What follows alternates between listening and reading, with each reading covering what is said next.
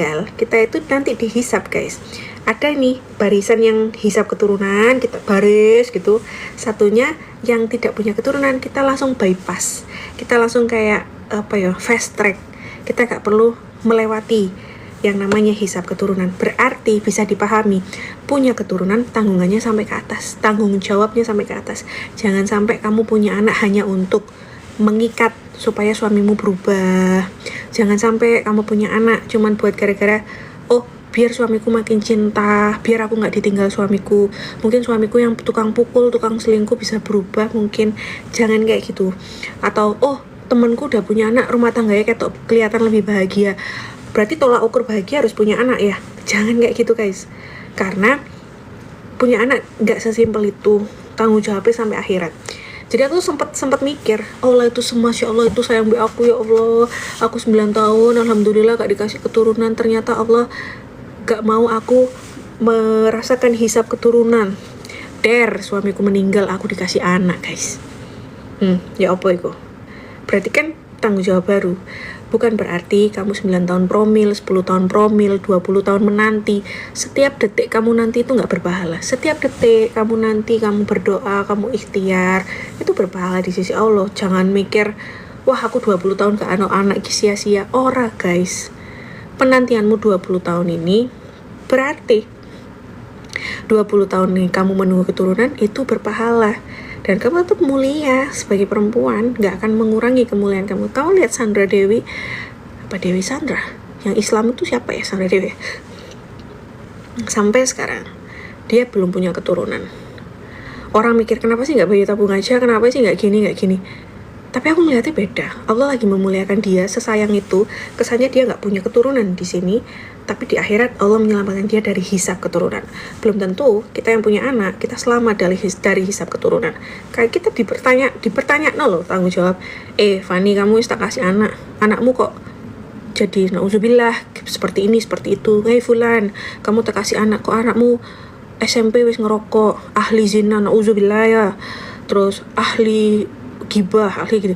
Kan itu nauzubillah guys. Jadi makanya aku aja punya anak sebenarnya pusing.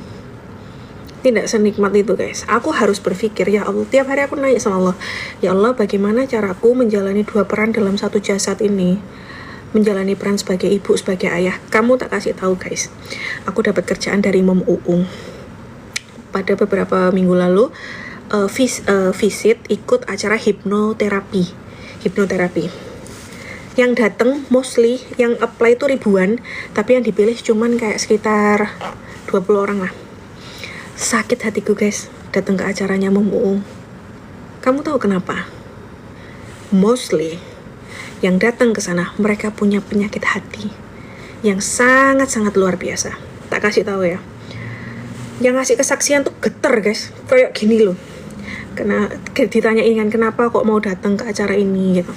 Terus dia geter gini, kenalin nama saya misalnya Yuli gitu.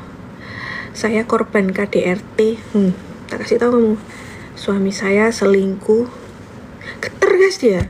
Mau nangis, sesi hipnonya belum dimulai. Masih ditanyai alasan datang ke sini, masih nanya gitu. Udah kayak mau meluap gitu derita batinnya. Sesek aku guys sebenarnya datang ke acara itu, kayak gak punya hati aku melihat perempuan ini. Anak saya 3, suami saya KDRT saya, terus selingkuh, saya ditinggal, dan sekarang saya harus membesarkan anak saya sendiri loh. Janda guys, anaknya 3, korban KDRT. Ya apa menurutmu? Terus ada lagi, saya belum hamil, ada yang belum hamil, korban KDRT, korban perselingkuhan, ada yang meninggal suaminya, ada yang meninggal anaknya, kayak gitu loh guys.